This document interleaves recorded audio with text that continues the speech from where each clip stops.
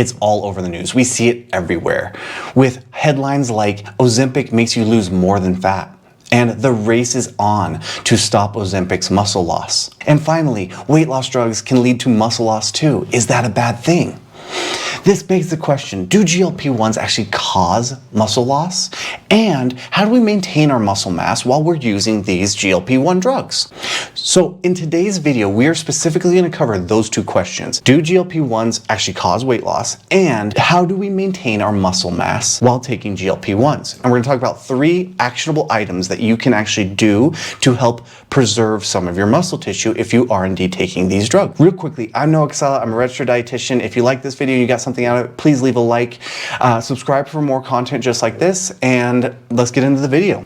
Do GLP-1s cause muscle loss? When we dug into the research, I have to say, first and foremost, there wasn't a clear answer. Some studies said, yes, our participants took some sort of GLP-1 and they lost both fat mass and muscle mass. And then there's other studies that said, no, they only lost fat mass. So the answer really isn't clear, and there is definitely more research needed to be done here. With that information, let's look at 4 specific studies and their conclusions because they summarize them pretty well here. So the first one, the 24-week treatment with oral semaglutide ameliorated glycemic control with the reduction of body fat mass, not muscle mass, in Japanese patients with type 2 diabetes. So we have one study already that says, hey, this patient population taking semaglutide did not experience any muscle loss but did lose fat mass. So there's one in the camp of GLP-1s do not cause muscle loss. The second study we looked at said, although semaglutide and these 2 other drugs have large weight loss effects, it is important to pay attention to muscle loss because a decrease in fat mass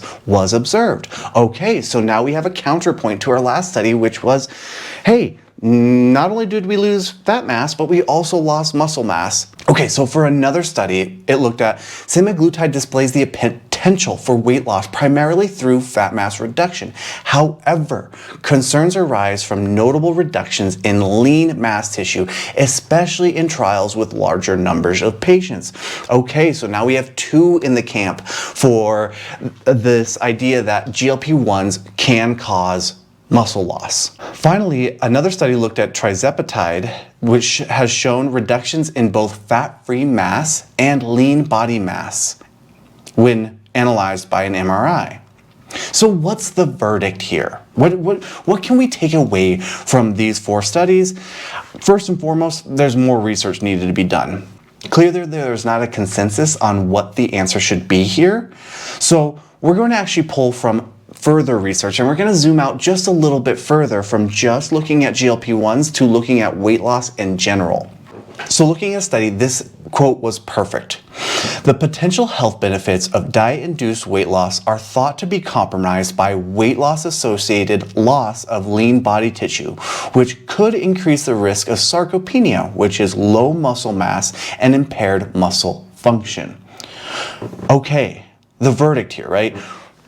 We're dealing with weight loss in general. And when we look at weight loss, whether it is using GLP-1s or it is simply not eating enough food or eating in a caloric deficit, also referred to as being hypocaloric, right? Not eating enough calories to maintain your body weight. Under the context of weight loss, there is an association with muscle loss along with that weight loss. We have a pretty good understanding that weight loss will lead to some muscle loss in specific cases and circumstances. So as far as GLP-1s are concerned, here's my hypothesis for GLP-1s causing muscle loss. GLP-1s are designed in a way which slows down the digestion of our food and makes it so that we are not as hungry. This then causes us to eat less food than what is required to maintain our body weight, right? That forces us to lose weight. In that weight loss process, we are not only losing body fat, but we're also losing muscle mass. So it seems to be a little bit more complicated than just GLP-1s cause muscle loss. Rather, it's GLP-1s cause you to eat less, eating less causes you to lose weight. That weight loss can be both muscle mass and fat mass. Now that we looked at the question, do GLP-1s cause muscle loss? Let's look at the question, how can we maintain our muscle mass while taking GLP-1s? What does the research say? What can we do to make sure that we're not losing muscle tissue? So there are 3 areas which we are going to talk about on how to maintain our muscle mass while taking GLP-1s. First is eating enough in general. Second is eating enough protein. Third is going to be resistance training. Now let's dive into detail on each of these actionable items that you can do to help preserve some of your muscle tissue while you're taking GLP-1s. Okay, so the concept of eating enough, right, sounds so counterintuitive to this idea of weight loss, right? It's like, no, I'm taking a GLP-1 so I stop eating so much, right? Yes, absolutely, that is the point. See, there's a problem here, right? With most people's nutrition and diet, we are getting too much of the nutrients that we really don't need a lot of. These are things like added sugar, calories, sodium, alcohol, and saturated fat, right? Our diets typically are too high in those nutrients. Meanwhile, also while being too high in those nutrients, we are too low in a lot of our vitamins, minerals, and fiber intake. So this concept of eating enough is more or less eating enough of the right foods. So making sure that you are consuming enough of your lean proteins, enough of your fruits and your vegetables, in addition to low-fat dairy, beans, nuts, and whole grains. If our diet can be comprised of a majority of those food groups, that means that we're not only getting the calories and the proteins, the carbs, and fats that we need, but it's also ensuring that we're getting all of the other nutrients, right? The vitamins, the minerals, the antioxidants, the fiber, all of these other nutrients that our body needs to make sure that all of the metabolic processes happen appropriately. In addition to making sure that we're getting all the foods from the food groups, we want to make sure that we're also consuming enough energy, right? Just because we're taking a GLP-1 doesn't mean that we can eat nothing and just try and lose a bunch of weight by starving ourselves.